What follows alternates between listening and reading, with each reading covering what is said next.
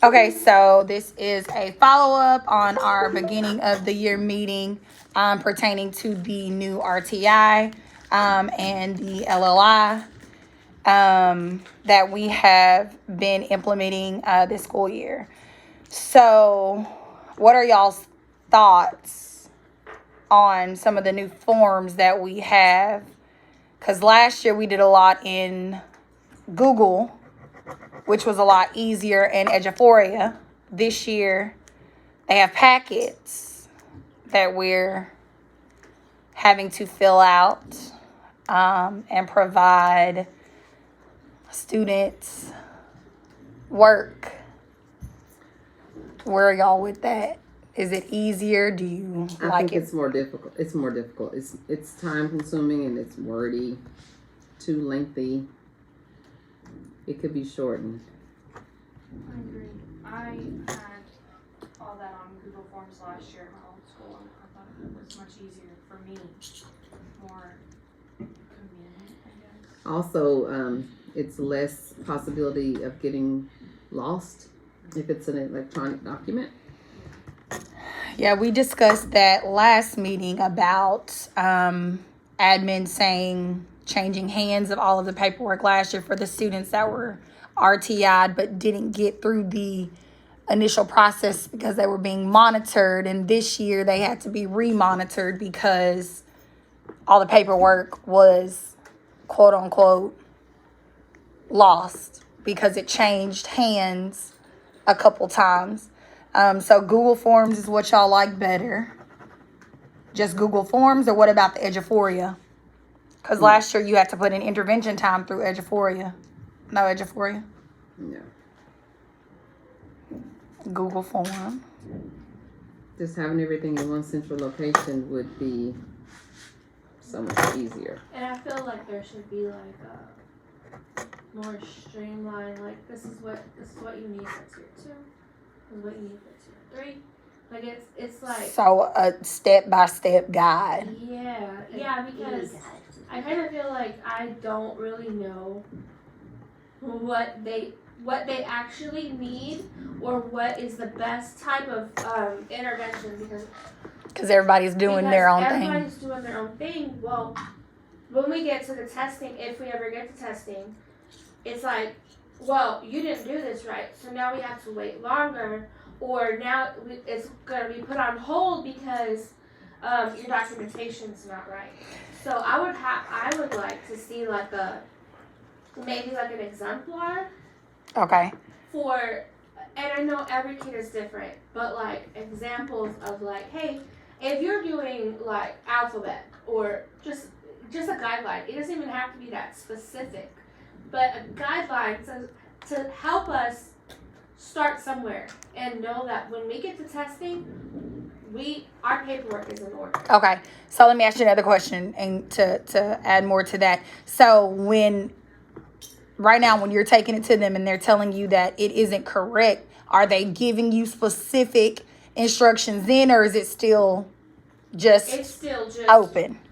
It's just open, and I mean they're not telling me right now that it is, but I worry that it is because we are not all on the same page. If we had a streamlined process saying that these are the things that, like maybe like a checklist of assessments, a checklist of progress monitoring, or something. Like when we had our meeting last week, the RTI meeting, and I get to a student that I'm like, okay, these were their goals. We still can't do these goals. Make these goals. In my feeling, I'm like, they need to move on to next step. Next tier. We can't do this still. What do I need to do to get them to the next step? Because that's not what happened. It was like, oh, they can't do these goals. We'll keep on monitoring. Same old, keep right. So what time frame would y'all put on it? Like if a student hasn't obtained this goal in 3 months, they need to be moved up, or is it 2? I mean, what's your 6 weeks?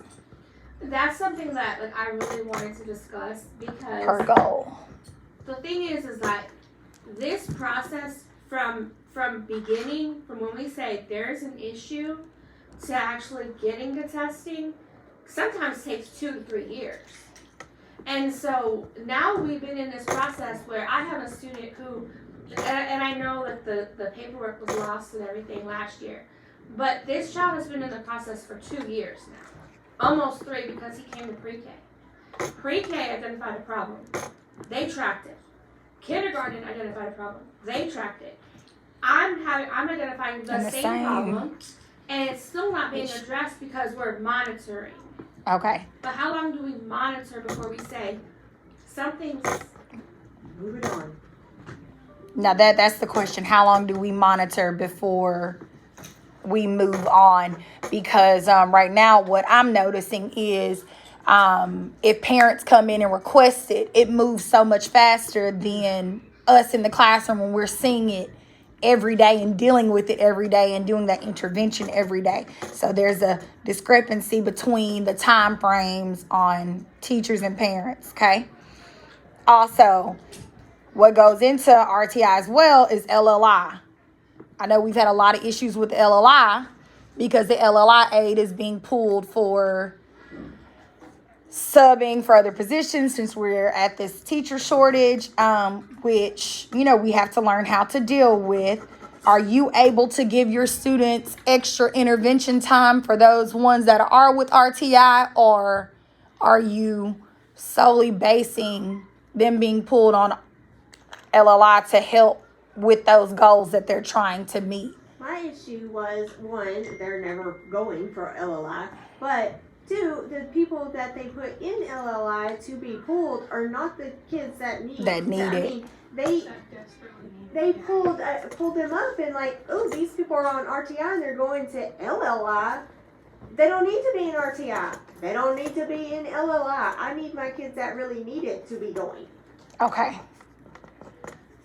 Your ones that really need to be pulled for LLI. Exclamation point. My problem is Exclamation that, point. Got it. I wrote that down. My issue is working around them not going to LLI and fitting them in my schedule, and then pop out of nowhere the LLI lady shows up with some random Without a schedule. coloring sheet Amen. for them to do because she's been so busy being pulled everywhere else that she just throws something together, and I honestly think it's just a waste of time when I've already got something ready and in place. So how do we fix that? Do we nix LLI altogether? I mean, is that a solution for us? Should we nix LLI? Should we nix her coming to first grade in general and we set up our own pattern? Or maybe during intervention, rotate our students. Because sometimes we can teach kids differently. Like, she might have been at her wit's end with this student, so we rotate. I send you 2 of mine, you send me 2 of yours during intervention, and we try that. I'm okay with that. I'm all right with nixing the LLI from ours. I mean, because again, like you said, we don't know when she's coming, when she isn't, and when she does come, as teachers, we don't feel she's very beneficial. She's done it. Yeah, I mean, we don't even have her anymore. Oh, altogether. So is that what we're going to go with? If they're going to do LLI, it needs to be revamped. Like, we need to have a say in, like, who is going to be involved. Or if it's not, what? Okay, so. Mix it. But our plan, because we got to come up with solutions, right? So is our solution going to sit down together as a team and say, this is what we're going to do to help each other and to help push through those goals? I'm on board. Okay. All right. Now. I think that the only thing that I think that we would need to do is we should sit down and go, like, put all of our intervention kids together in, like, just put them together and say group them. Group them together. Okay. And say this, like, I have 4 kids in RTI right now. Well, not all 4 of them need letters and sounds. But I have 2 other kids that need letters and sounds. So, like, if you have a kid, we can just group them together. Okay. So, group by needs. We can do that. We'll work together. We'll nix the LLI all together. Where's this music coming from? Got music playing? Child, I'm not sure. There's no telling what my students have in my room. Okay. So, nix this. The main thing we need to work on is a step-by-step guide as well as the time frame. So we're wanting per 6 weeks. So at the end of that 6 weeks, if the goal is not met per child, we want to go ahead and move them up in the tier. Okay, tier 3 is when we want to be testing, correct, for any intellectual disability. Got it.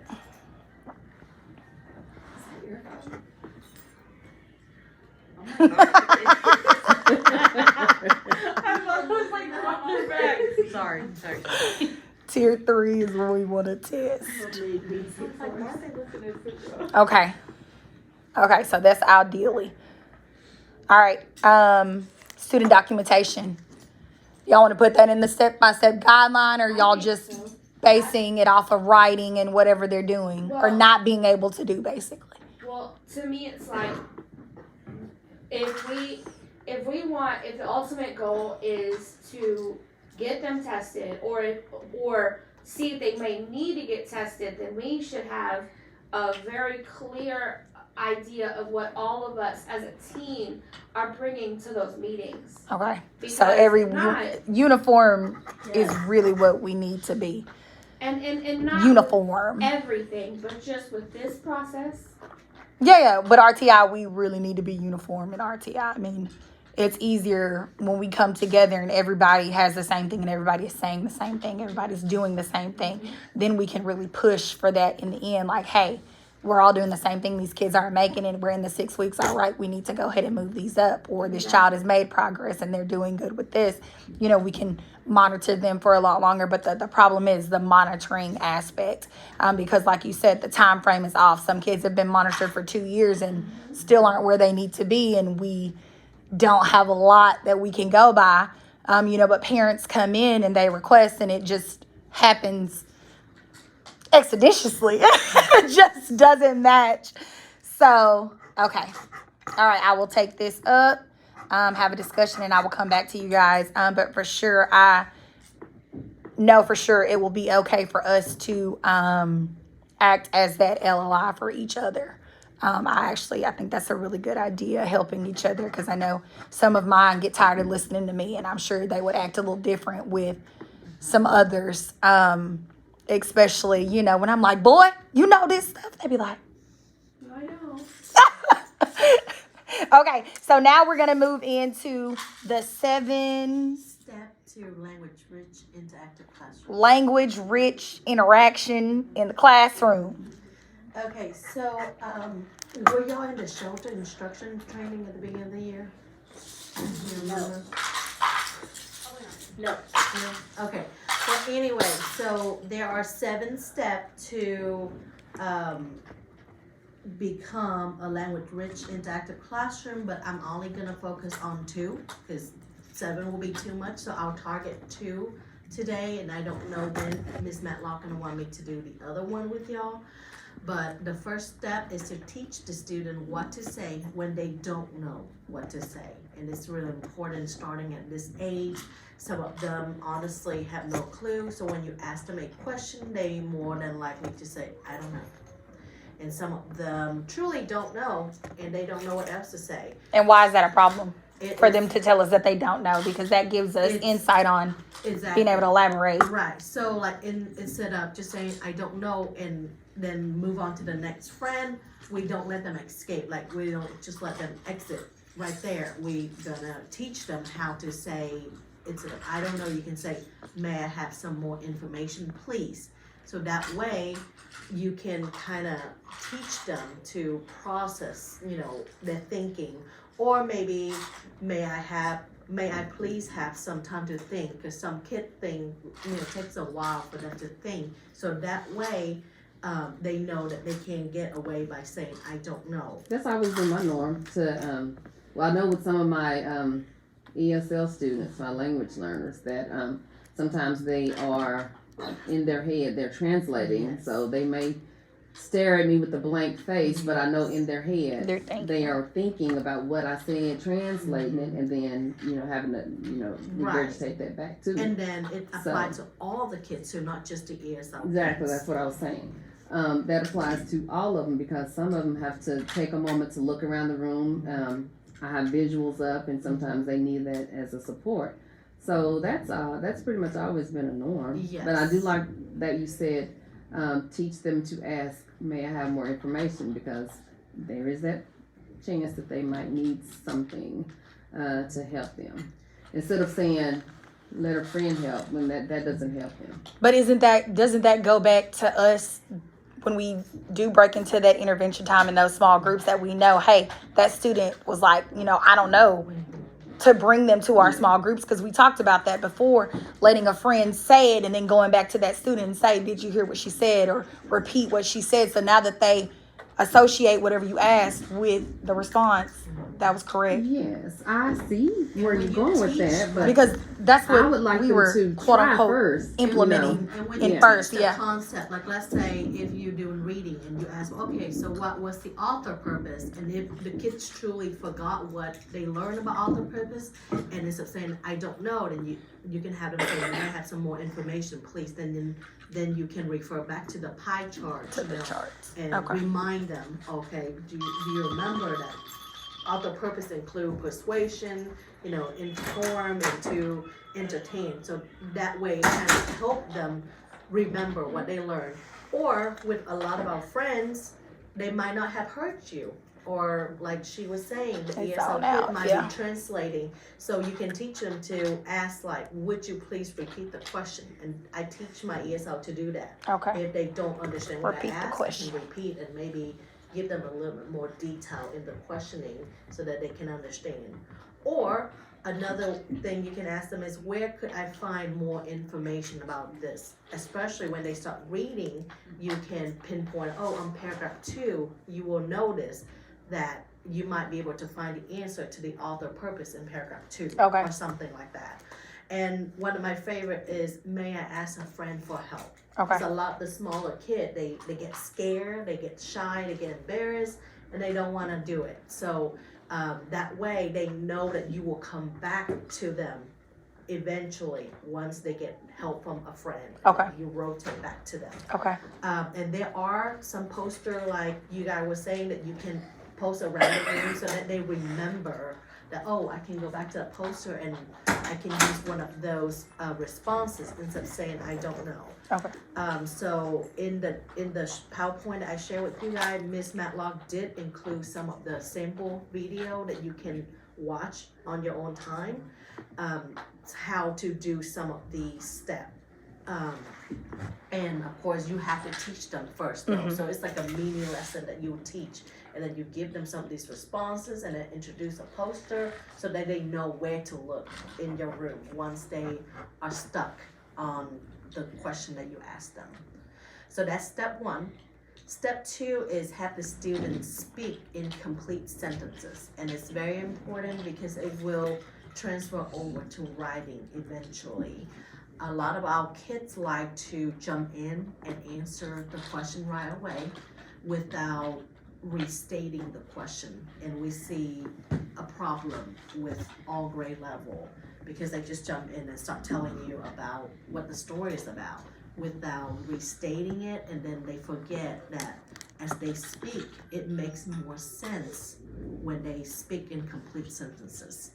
And it's a what do you call it, a meta cognitive strategy that we're teaching them, because at that time they can process.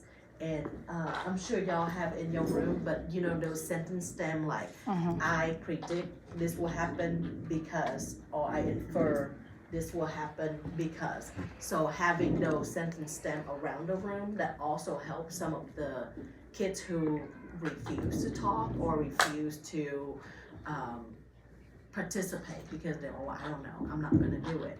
But if you teach them, hey, if you really forgot what you were gonna say or you don't know what to say, you can refer to this poster that we talked about. You can pick one of those sentence stems. It's almost like a helper for them to get them started. And once they get started, then when we can hit hard on making it a little bit higher level. So in here, Ms. Matlock also show you some example on the slide, and there are links that you can click on if you don't want to use Teacher Pay Teacher or Google your poster. She got some really good resources on here.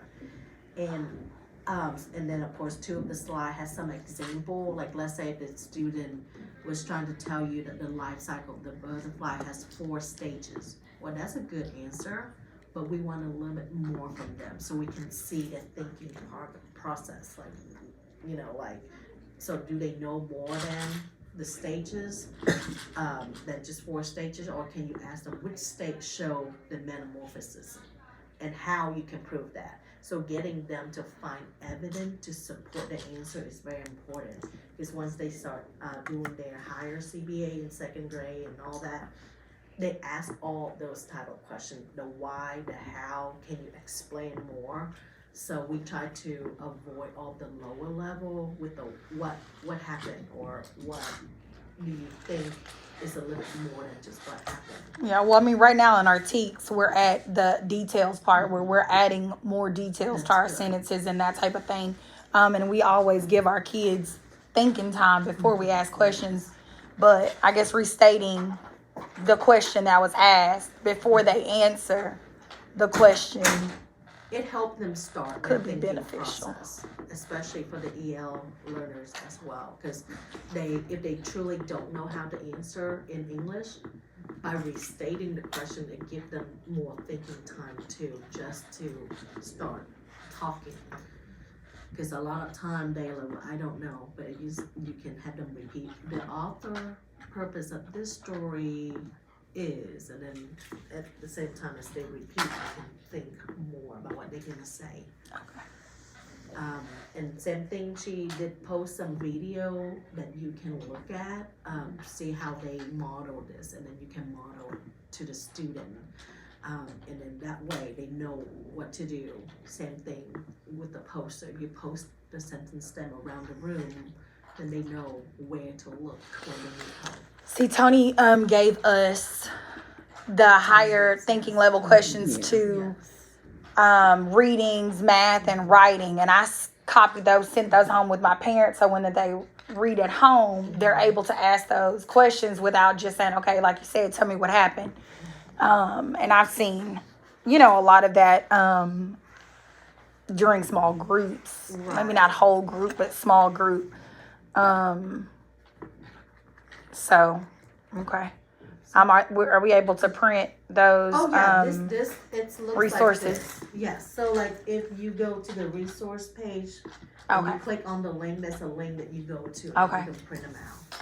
So, but that is it for 2 strategy, and I believe Ms. Matlock said that admin will be looking at when they do their walkthrough throughout the year, so they will see if you implement it and if it's working for you, because you know, it's different. The atmosphere in each classroom is different, so some classroom might need a lot of it, some might not, because they've already been doing it.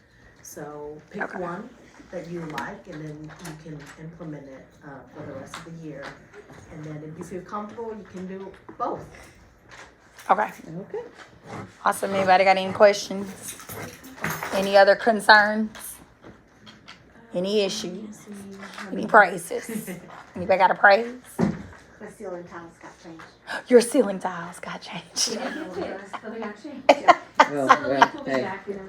It's already had y'all. small steps. All right. Thank y'all for joining. Small steps.